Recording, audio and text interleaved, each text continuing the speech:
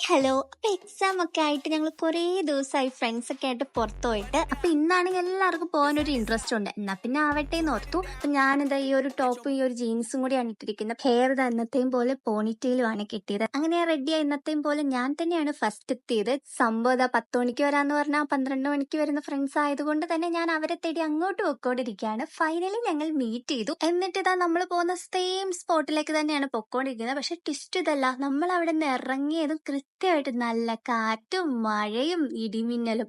എന്താ അല്ലേ?